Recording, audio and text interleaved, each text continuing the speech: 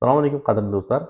Bugun biz sizga hozir misolimizda mavjud bo'lgan vositalardan foydalanib, stomalarni qanaqa ishlov berish, atrofini tozalash, ularga qopchalarni yopishtirish, standart umumiy yo'llarni tushuntirib o'tishga harakat qilaman. Bularning doirasida mahsulotlarni sizlarga qanday ishlatish tartibi, qoidalari bilan bilganimizcha, ilmimiz yetganicha tushuntirib o'tishga harakat qilaman. Xo'p, birinchi eng ko'p ishlatiladigan savollardan nima, qachon, qaysi ketma-ketlikda ishlatiladi?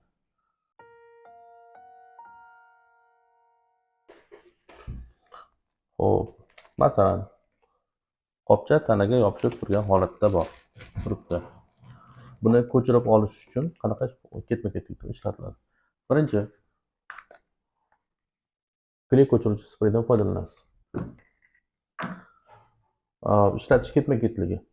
Birinchi mana bu lipuchka deysiz, mana bu kichkina chiqib turgan joyi. Mana shuni sekin ushlab olasiz, keyin yengil tortasiz. Kley ajralayotgan paytda bular orasida tolalar qolib ketadi. Mana shu tolalarni spreylar yaxshi uzib beradi. Ya'ni yopishqoq tolalardek bo'ladi.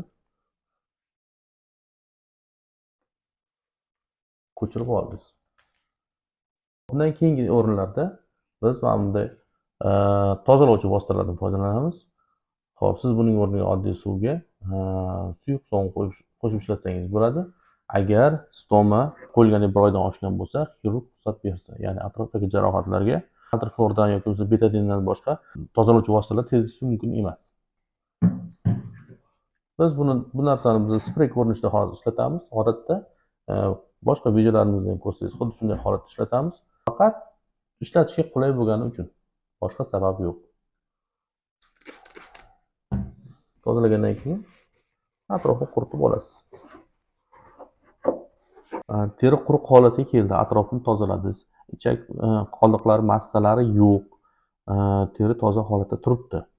Ana shu paytda agar atrofda yaralari bo'lsa, ya'ni atrofda qizargan, shilingan yaraga o'xshagan qip-qizil holatdagi holatlar bo'lsa, biz rug' saqlovchi kremlardan foydalanamiz. Xo'p, bu kremdan foydalanish ketma-ketligi ochganingizda plombasi bo'lmaydi, yangi holatda. Ana shunda birozgina olasiz, atrofiga surtib qo'yasiz o'sha jarohatni yopish uchun.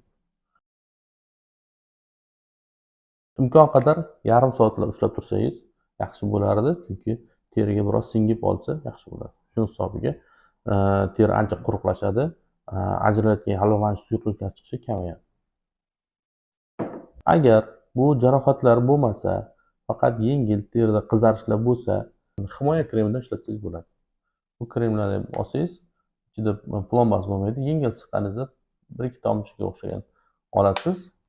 Xuddi yuz kremlariga o'xshab, ozgina surtilib, o'shani chiqarasiz, terida yaxshi singib ketadi. Boshqa videolarimizda ko'rib chiqsangiz, bu yaqqol misol bo'la oladi. Terini yaxshilab ishqaladingiz, o'sha massaj holatiga ishqalaysiz, qaysidir tarafiga bo'lsa-da, va u terida yaxshi singadi.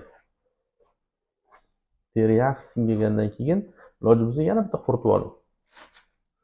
Ishonch hosil qilsin, ko'ngil to'q bo'lishi uchun. Teri quruq holatga keldi. Teri quruq holatga kelgandan keyin endi himoya spreyini ishlatasiz.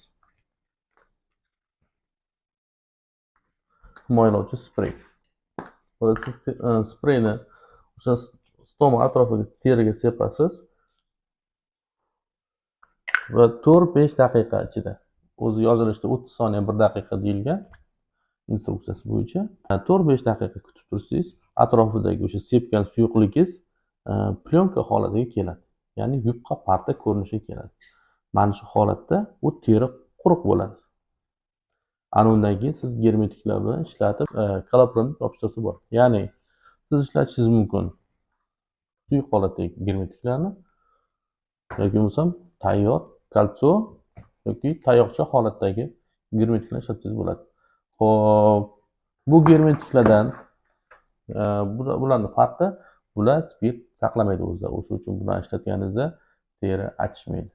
Bular o'zida spirt saqlaydi, o'sha uchun bularni ishlatganda kuchli achishish belgilari paydo bo'lishi mumkin. Agar teri butunligi buzilgan bo'lsa, ya'ni terida shilingan yoki yallig'lanish belgilari bo'lsa, sop-soq terida achishish chaqilmaydi. Xo'p, bu yerda hozir biz ishlatiladigan eng ko'p adapterlardan germetiklardan bittasi Coloplast va Adapt. Hollister firma Amerika texnologiyasi asosida ishlab chiqarilganlar bo'ladi. Bular Coloplast Daniyaning mahsuloti hisoblanadi. Import mahsulotlar hisoblanadi. Xo'sh, ikkalasini ishlatishda umuman deyarli farq yo'q. Sifatida ham bir xillik bor. O'sha uchun xohlang buni, xohlang buni ishlating. Ma'nosi bir. Asosiy maqsad bizga germetik funksiya hisoblanadi. Bitta qotishi bo'yicha biroz farqi bor. Nisbatan qanchadir vaqtga Coloplastga nisbatan tezroq qotadi. Ya'ni o'z shaklini ushlab qoladi. Hollister sal sekinroq. Bu 5-10 daqiqa bo'lishi mumkin orasi. Katta farq hisoblanmaydi to'g'risi. Germetiklarni ishlatishdan maqsad bu klem maqsad emas. Ya'ni kolopromnikni teriga yopishtirayotganda aytaylik, teri hamma joyda butun emas. G'adir butunliklari, notekisliklari bor. Mana shu holatda tekislab ketadi. Ya'ni o'sha oradagi bo'shliqlarni to'ldirib ketadi. Keyin bu yopishtirilganda qopcha va teri orasidagi bo'shlig'ini, misol uchun yopishtirdingiz, qanchadir mana bu yerda bo'shliq qoladi-ku.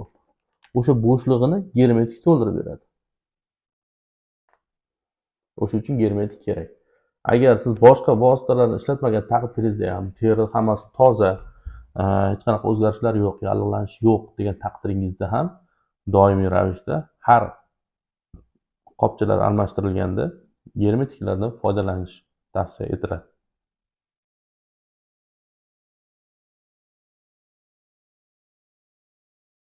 Bo'ldi shekilli.